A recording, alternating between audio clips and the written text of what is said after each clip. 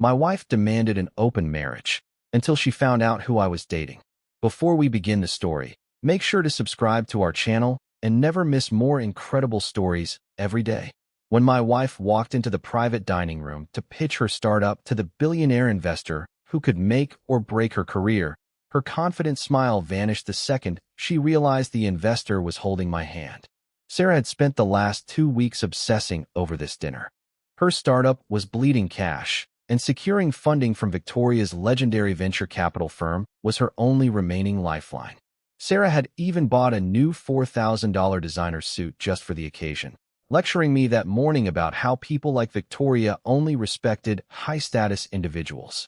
Now, Sarah stood frozen in the arched doorway of the exclusive restaurant, her manicured fingers gripping her leather portfolio so hard her knuckles were white. I was sitting comfortably at the private corner table, a glass of mineral water in front of me. Victoria, the formidable 50-something CEO of the VC firm, was seated next to me, lightly resting her hand over mine. Victoria looked immaculate in a tailored navy blazer, projecting the kind of effortless, terrifying power that doesn't need to shout. Sarah's eyes darted from Victoria's face to our joined hands, and then finally to me. The sheer psychological collapse visible on her face was almost difficult to watch. For months, Sarah had treated me like a boring, obsolete backup plan. She had blown up our marriage to chase a flashy lifestyle she thought she deserved. She had demanded an open marriage because she was convinced she could secure a massive social upgrade. She thought she had outgrown a grounded custom home builder like me. Now, the woman holding the fate of Sarah's entire professional existence was the same woman I had been quietly dating for 3 months. Sarah took a shaky step into the room, trapped. If she turned around and ran, her company would go bankrupt by Friday. If she stayed, she had to pitch her life's work to the husband she had discarded. She pulled out a chair, her hands trembling visibly against the heavy linen tablecloth. 6 months earlier, Sarah had sat me down on our expensive living room sofa and dropped the open marriage bomb. She didn't yell or cry. She used a calm, patronizing tone, armed with carefully rehearsed therapy speak. "Liam, we've just outgrown traditional boundaries," she said, not looking me in the eye. "I need to explore my truth and deconstruct the toxic ownership we've placed on each other." I sat there, exhausted from a 12-hour day managing a high-end architectural remodel, listening to her justify blowing up 5 years of marriage. She wasn't looking for self-discovery. She was looking for an upgrade. I realized almost immediately that she already had a specific target lined up. Sarah was ambitious, obsessed with networking, and desperate to break into the elite circles of the city's tech and venture capital scene.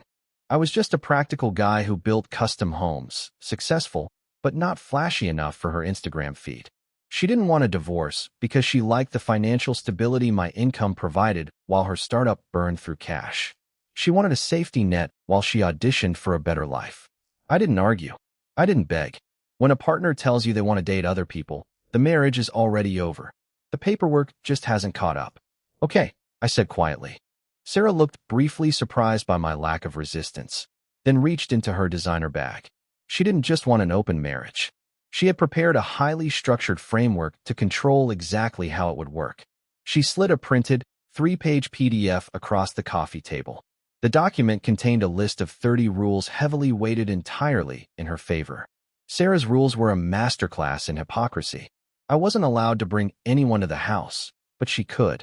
I couldn't date anyone in her professional industry, but she was free to network. We had a mandatory weekly check-in dinner that I was required to pay for. I read the PDF, signed the bottom page, and emotionally detached. 3 days later, Sarah brought Marcus over. Marcus was exactly what I expected, a flashy, 30-something entrepreneur who wore bespoke suits, drove a leased Porsche, and talked aggressively about cryptocurrency and passive income streams. Marcus treated me like I was the hired help in my own home. He would drink my expensive scotch and give me unsolicited advice on how to scale my construction business. Sarah looked at him like he was a god. I stopped fighting for her. I moved into the guest bedroom, threw myself into my work, and started consulting with a specialized divorce attorney, David. David told me to document everything and wait. Then, the cracks in Sarah's new reality started showing. I was looking for a misplaced tax document in the home office when I noticed a piece of mail that had fallen behind the desk. It was addressed to Marcus. It wasn't a bank statement or a luxury car brochure. It was a final collections notice from a predatory high-interest loan company. Marcus wasn't a wealthy entrepreneur. He was floating on toxic debt to maintain a fake lifestyle, and Sarah was completely blinded by the illusion. I put the letter exactly where I found it and said absolutely nothing. I realized Marcus wasn't a billionaire. He was a walking financial liability. I met Victoria completely by accident. My firm was hired to handle a massive, highly complex structural remodel on a sprawling private estate in the hills.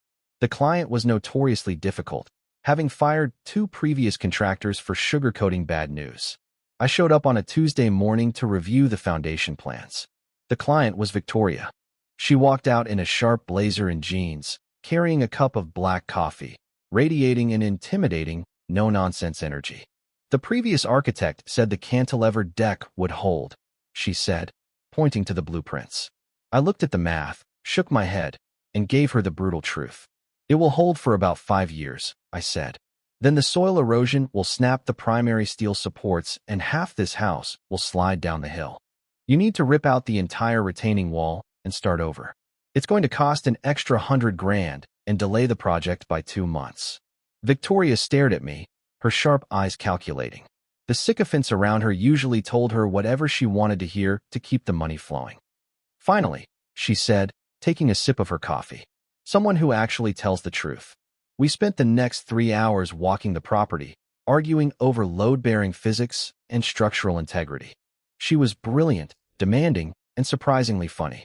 We shared a drink on the patio to finalize the new budget. It was the first time in months I felt like someone was actually listening to me, treating me like an equal rather than a boring utility. As I was packing up my truck, Victoria leaned against the doorframe. The notoriously ruthless CEO asked me if I was free for dinner on Thursday. Dating Victoria was entirely different from being married to Sarah. Victoria didn't care about flashy appearances or Instagram aesthetics. We had quiet, intense dinners at small, exclusive restaurants where they knew her by name. We talked about architecture, global markets, and the psychology of leadership. She appreciated that I didn't want anything from her, and I appreciated that she was unapologetically authentic. I kept the relationship entirely separate from my toxic home life. I didn't tell Sarah I was dating anyone. It wasn't her business anymore. Meanwhile, Sarah's life was quietly imploding. Her startup, an app connecting freelance creatives, was burning cash at an unsustainable rate. Worse, her shiny new boyfriend was beginning to crack under financial pressure. Marcus was suddenly always forgetting his wallet at expensive dinners, subtly pressuring Sarah to cover the tabs with her dwindling company funds. I watched the dynamic shift from the quiet comfort of the guest bedroom. Sarah was increasingly stressed, her fake, therapy-speak calmness replaced by manic, irritable energy. One evening, I was reading in the kitchen when the front door slammed open. Sarah walked in, her mascara smeared, dragging a heavy designer suitcase behind her. She threw her keys onto the marble counter with a violent clatter and burst into tears. She had driven to Marcus's luxury apartment complex only to find out he had been evicted 3 weeks prior and was illegally squatting in a vacant unit. Marcus had completely ghosted her, leaving her with thousands in unpaid credit card debt. The next morning, Sarah completely changed her strategy. She made coffee, bought my favorite pastries, and sat across from me at the kitchen island, deploying her softest, most manipulative tone. "I think we've learned enough from this open marriage experiment," she said, gently touching my arm. "I'm ready to close the boundaries. I want to focus on us again, Liam." She was trying to frame her absolute failure as a gracious return to our marriage. She needed my stable income to keep her startup afloat now that Marcus was gone. I pulled my arm away. "No," I said calmly. Sarah blinked, her soft expression faltering. "What do you mean, no? I'm telling you I choose you." I took a sip of my coffee. "You don't get to unilaterally close the marriage just because your boyfriend went bankrupt. Rule 14 of your PDF states that any modification to the arrangement requires a 2-week notice and mutual consent. I don't consent." Sarah stared at me, the manipulation rapidly curdling into genuine anger. "Are you punishing me?" she demanded, her voice rising. "Are you really going to hold a stupid document over my head?" I stood up, grabbing my car keys. I'm not punishing you, Sarah. I'm just following the rules you created. I turned to walk toward the garage. Sarah followed me, her eyes narrowing as a new, terrifying realization hit her. She looked at my ironed shirt, my polished shoes, and the subtle shift in my confidence over the last few weeks. You're seeing someone, she whispered, her voice tight with sudden, intense jealousy. Sarah didn't handle the realization well. She spent the next week oscillating between passive-aggressive remarks and desperate attempts to figure out who I was dating. I gave her nothing. I was busy finalizing the structural blueprints for Victoria's estate, and Sarah was busy trying to save her collapsing company. Her startup was officially out of runway. If she didn't secure a massive injection of venture capital within the month, she would have to lay off her entire staff and declare bankruptcy. The desperation made her manic. She lived on espresso and sheer panic, constantly on the phone, begging for meetings with anyone who had a checkbook. Then, miraculously, she secured a lifeline. She walked into the kitchen on a Tuesday evening, practically vibrating with arrogant energy. I did it, she announced, pouring herself a massive glass of wine. I secured a preliminary pitch dinner on Friday. If this goes well, they'll fund the entire Series A. She was back to her old self, smug, status-obsessed, and convinced she was the smartest person in the room. She leaned against the counter, swirling her wine, looking at me with thinly veiled contempt. It's a top-tier firm, Liam. The kind of money you can't even comprehend building your little houses. I kept chopping vegetables for my dinner, refusing to engage. Who is the firm? I asked casually. Sarah smiled, a sharp, triumphant expression that didn't reach her eyes. She dropped the name of Victoria's specific venture capital firm. I froze, the kitchen knife hovering over the cutting board. My girlfriend was the exact billionaire my wife was begging for money. The statistical improbability of the collision hit me like a physical weight. Victoria didn't advertise her personal life, and I had never told her my wife's name or the name of her failing startup. To Victoria, I was just a separated architect going through a quiet divorce. To Sarah, the VC firm was just a faceless mountain of money she desperately needed to conquer. I went to my office and called David, my divorce attorney. I explained the situation, outlining the impending disaster. Do I warn Victoria? I asked, pacing across the hardwood floor. If I tell her the woman pitching her is my toxic wife, Victoria will cancel the meeting instantly. Sarah's company will die. David sighed heavily on the other end of the line. Liam, you aren't legally obligated to warn either of them. But if you hide this from Victoria and she finds out later, she will never trust you again. I met Victoria for dinner that night at our usual quiet spot. I planned to tell her everything, to lay the cards on the table and let her decide how to handle it. But before I could speak, Victoria ordered a bottle of wine and let out an exhausted sigh. I have a mandatory preliminary dinner on Friday, she said, rubbing her temples. Some desperate startup founder managed to corner my junior partner.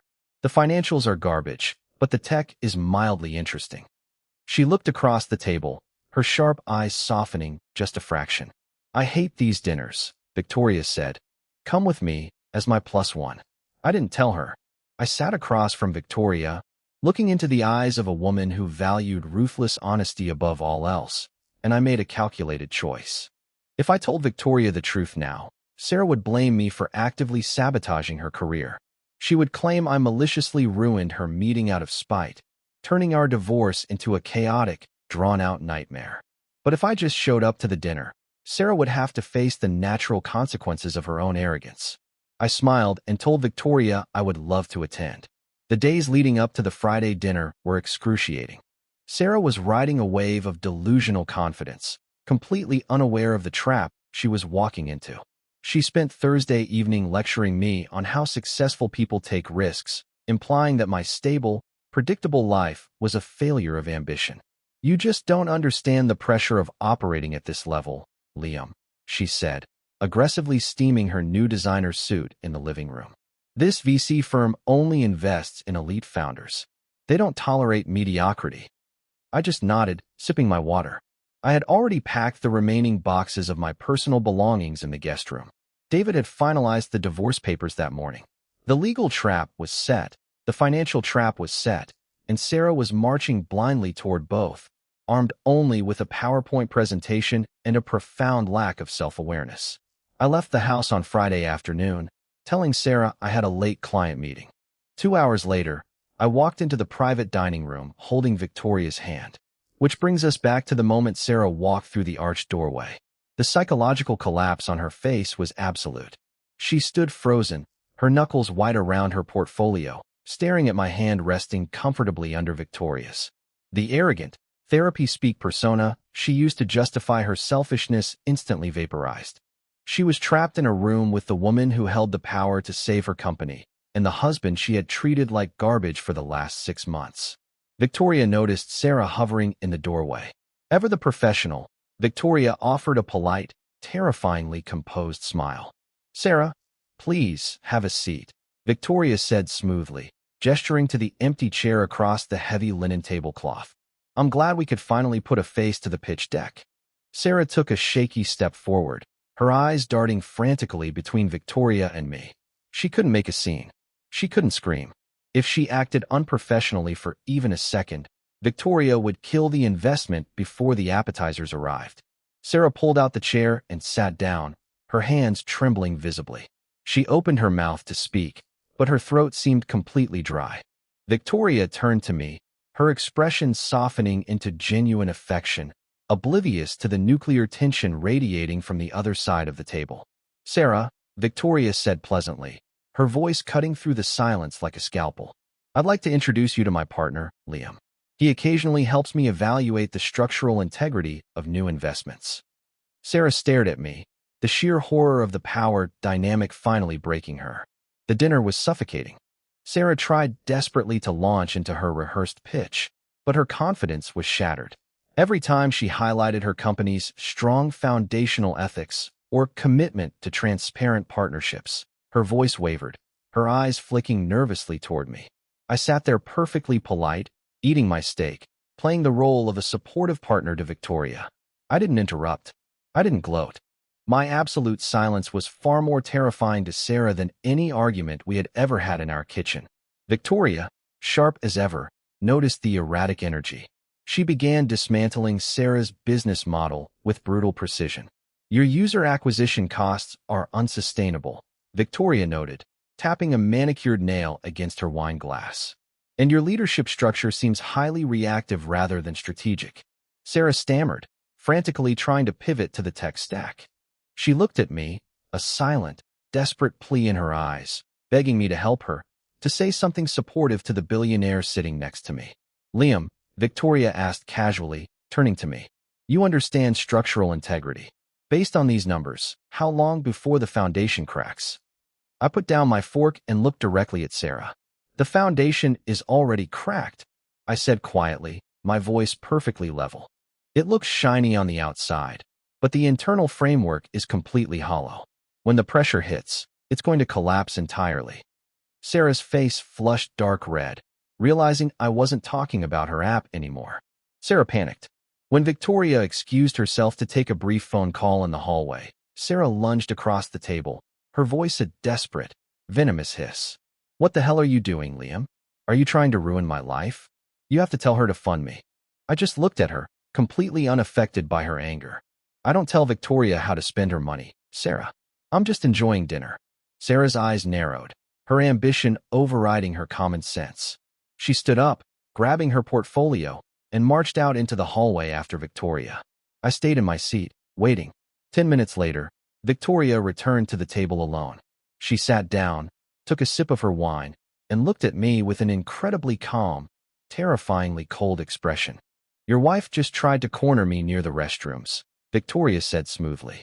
"She told me you were a vindictive, financially abusive deadbeat who forced her into an open marriage to hide your own insecurities. She demanded I fund her company to help her escape you." I didn't flinch. "What did you say?" I asked. Victoria smiled, a sharp, predatory grin. "I told her that you showed me the divorce papers and the open marriage PDF on our third date, because you value honesty." Victoria leaned back in her chair. "I didn't kill her investment because she's your wife, Liam. I killed it because she just proved she's a fundamentally untrustworthy liar who panics under pressure. She's a catastrophic business liability." Victoria had seen right through Sarah's lies in less than 3 minutes. Sarah walked back into the private dining room a few moments later. Her designer suit looked suddenly cheap. The color was entirely drained from her face, and her hands hung limply at her sides. She knew it was over. The investment was dead, her company was dead, and the flashy, high-status life she thought she deserved had completely evaporated in a hallway outside a restaurant bathroom. She walked slowly toward the table, waiting for me to scream, to humiliate her, to finally deliver the massive emotional explosion she had been bracing for. I didn't say a word. I reached into my jacket pocket and pulled out a thick, legal-sized envelope. I didn't throw it at her. I simply placed it on top of her leather portfolio on the linen tablecloth. "What is this?" Sarah whispered, her voice cracking. "It's the finalized divorce papers," I said quietly, standing up from the table. "David already filed them with the county clerk this morning. The house goes on the market next week, and we split the equity 50-50, just like the law requires." I didn't try to take everything she had. I didn't need to. I just needed to be entirely free of her. Victoria stood up smoothly, picking up her designer clutch. She didn't offer Sarah a handshake, a polite goodbye, or a second glance. Victoria just linked her arm through mine. "The salmon was excellent," Victoria said mildly, looking only at me. "Shall we go?" We walked out of the restaurant together, leaving Sarah sitting alone at the table with the unsigned contract and the check. The consequences were swift and entirely clinical. Without the massive injection of venture capital, Sarah's startup ran out of money in less than 14 days. She had to lay off her entire staff, liquidate the office furniture, and file for corporate bankruptcy. The prestigious tech community she had so desperately tried to infiltrate blacklisted her almost immediately. In that world, word travels fast, and nobody wants to do business with a founder who attempted to manipulate one of the most powerful VCs in the city with a personal lie. She moved into a cramped, noisy apartment on the edge of the city. She tried to spin the narrative, telling our mutual friends that the open marriage was my idea and that I had maliciously sabotaged her career out of jealousy. It didn't work. I didn't even have to defend myself. David handled all the communication, efficiently dividing our assets and forcing the sale of our house. Sarah's attempt to paint me as the villain failed because she had spent the last 6 months publicly flaunting Marcus and bragging about her new lifestyle. Everyone knew exactly who had blown up the marriage. The divorce was finalized quietly in a sterile courtroom 3 months later. Sarah sat across the aisle, looking exhausted and significantly older, clutching a cheap coffee cup. She didn't look at me. I signed the final decree, handed the pen back to the judge, and walked out into the bright afternoon sun without looking back. I didn't feel angry or vindictive anymore. I just felt a profound, overwhelming sense of peace. Victoria and I are still together. We don't have printed PDFs with bullet points, and we don't have mandatory weekly check-in dinners. We have a quiet, respectful partnership built on absolute honesty. I still build custom homes, and she still runs her venture capital empire. We don't need to use each other to prove our status to the rest of the world. Sarah thought she was playing a brilliant game of chess. She believed she could treat her marriage like a corporate restructuring, keeping me on retainer as a boring safety net while she aggressively pursued a social and financial upgrade. But you can't treat human beings like disposable utilities and expect them to simply wait in the dark until you need them again. Sarah wanted a life built on leverage, and she ultimately lost everything because she underestimated the quiet strength of the person she discarded. When you treat people as backup plans, you will eventually be left behind by everyone. Never let someone convince you that your loyalty is a weakness or that your stability makes you inferior. Set your boundaries, walk away quietly, and let their own arrogance finish the job.